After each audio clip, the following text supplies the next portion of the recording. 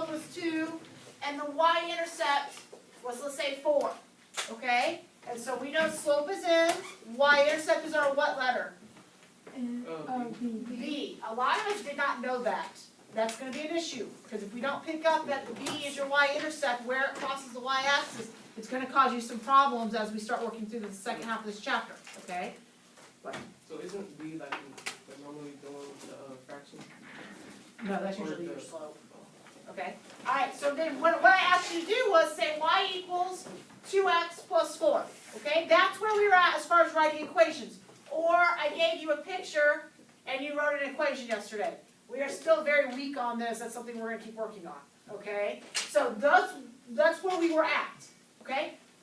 Now what they're going to do, instead of giving you a picture or just giving you M and B, they're actually going to start giving you some different information, like a point and a slope, or just 2 points. And they're still going to ask you to write this equation.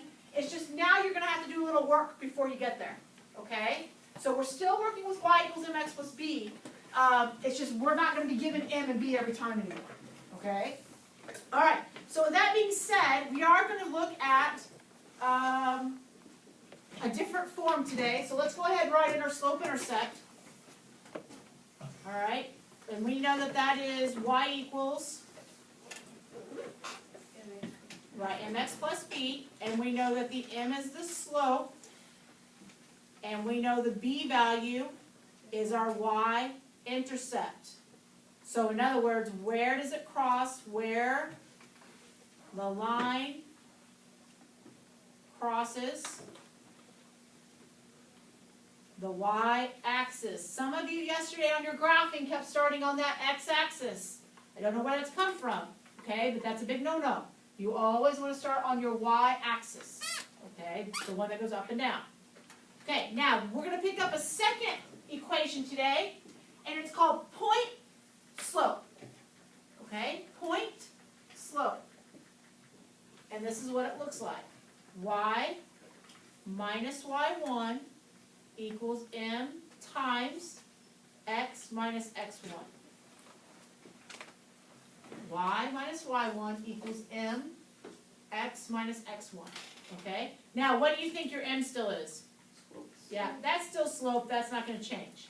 Okay? Now, your y1 and your x1, these are going to be where we're going to plug in the coordinate point.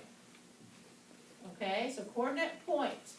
So, I'm going to plug in the x1, y1, and the m. So, I'm still going to have an x and a y that's in the game. Just like up here, we leave this x and the y alone. We're going to leave this x and y alone. Okay?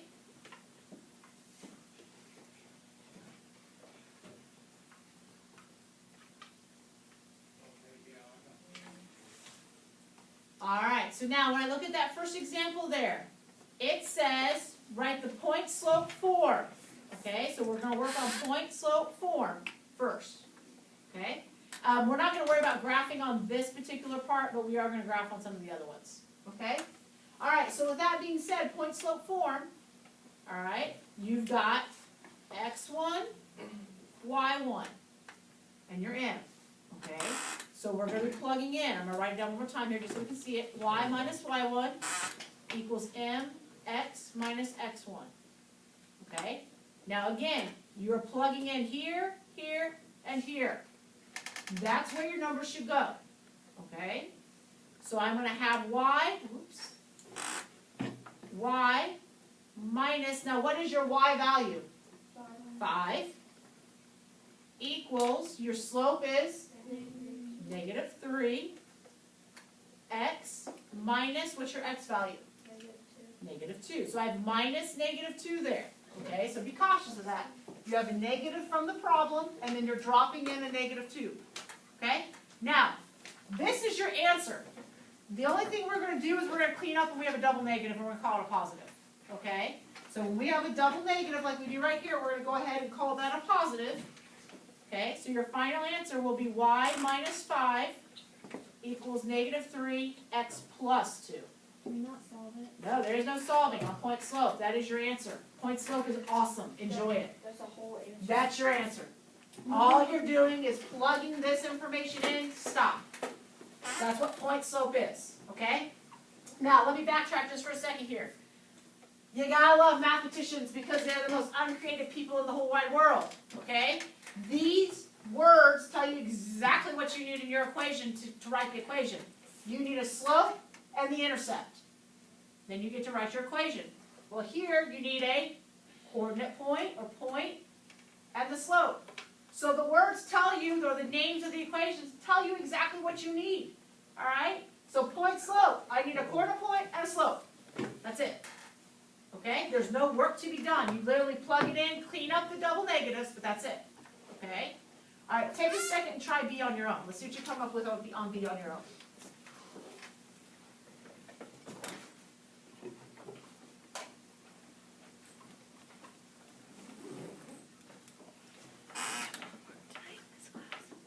We have homework tonight in this class.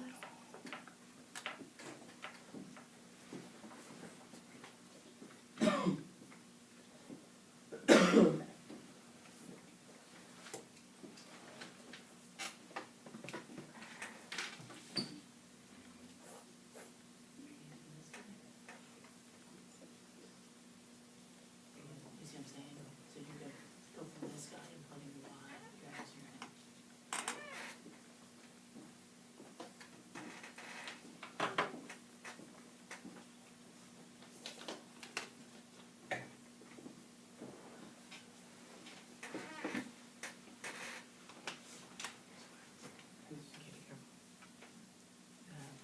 Minus 9 over. Now you got it perfect.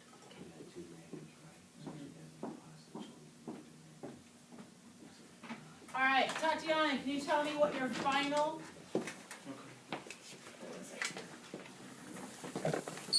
All right, Tatiana, can you tell me what your final answer here is going to be? 1 plus 3 equals -1/2 x plus 1. Very good. All right, does anybody have a question about that? Okay, so y, right, minus my y value, so I had a double negative there, so you should have got a positive. Your slope is -1/2, and then x minus -1, so double negative becomes a positive. That's it, done, boom. Are we okay? Enjoying that so far? If only all of our problems were this easy, right? Okay, so now what they're going to ask you to do is now they're going to ask you to write it in slope-intercept form, okay? However, we're going to go ahead and start at point slope, and then we're just going to clean it up to make it look like y equals mx plus b. Because we've been given a point, and we were given the slope, so stick with point slope, okay? So if you're given point and slope, write it in point slope form. And then we'll take it to where we need it to go, okay? So if I want to write this in point slope form, we would get y minus what? 5 equals 3 x minus -2. Very good. Okay, is everybody okay with that? So I plugged in the y, the x, and the m. Okay, and now, of course, I'm going to make this a plus. Okay? So now, if I'm thinking about this, I want to somehow make that guy look like y equals mx plus b. What are some ideas to get us there? How do I make this guy turn into this guy? You know the slope is 3. Okay, we know the slope is 3, but we've already got the information here. How do we just clean it up? Add 5 over. Say that again? Add 5 over. We will add 5 after we distribute. Okay, good. So we're going to distribute first, and then we'll kick the 5 over, and now we've got y equals. So we're good. Okay? All right, so let's go ahead and distribute that. So Caitlin, what's that going to look like when we distribute? Y equals 3x plus 1. Disagree? Y minus 5 equals what?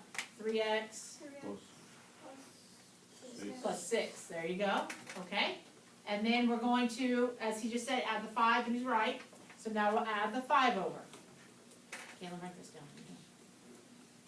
So we get y equals 3x plus 11. Okay? And that's your answer. This is it right here. That's the end game. Okay? Because we have it y equals mx plus b. Okay? All right. Does anybody have a question about how I got to here? Okay? Now, we're going to graph. Our graphing was not pretty yesterday on our test. Okay? So I'm going to keep us graphing for a while here until I start to see some improvements. Okay? Now, where are we starting at when we graph this? Okay, starting at 11 on what axis? the y-axis, okay, which is this guy right here, okay? Now, unfortunately, I can't get to 11. I don't have enough spots, so what do you think I probably have to do? Count by two. Okay, good, we'll count by 2, so that's fine with me, okay? So let's go ahead and put it in there, 2, 4, 6, 8, 10, 12. And I'm gonna go ahead and count by the same thing. Just kind of off the side there. As long as you give me some numbers so I can see what you're counting by, then you're good. Okay, so we're starting at 11. So my 11 is going to be like right there in between that 10 and 12 on the very top by that arrow. Okay. Now I need to do a slope of 3. How do we do a slope of 3? Okay, we got Go, go up by three, up 3 over one. over 1. Okay, good, because it's 3 over 1. Make it a fraction. Okay, right? 3 over 1. Now, unfortunately, if I go up 3 and over 1, that's going to go off my grid, isn't it? Okay? So we kind of need to go the other direction. Now, guys, kind of something to clean up here a little bit and talk about.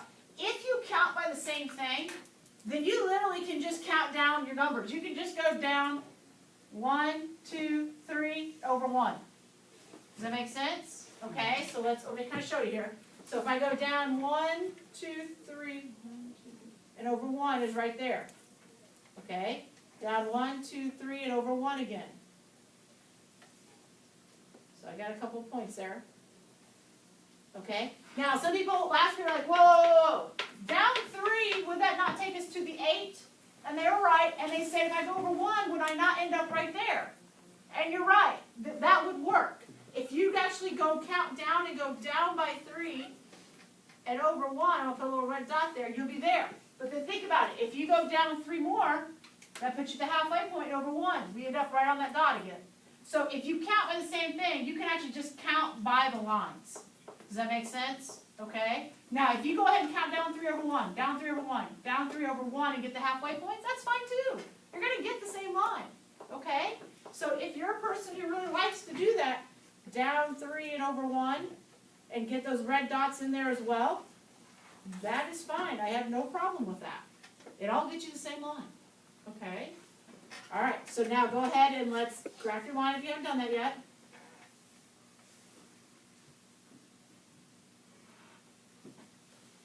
Okay. All right, so on B here, I want you to go ahead and start point slope, and then take it to slope intercept and stop. Just like what we did on A there. Okay, don't graph until we make sure your equation's right.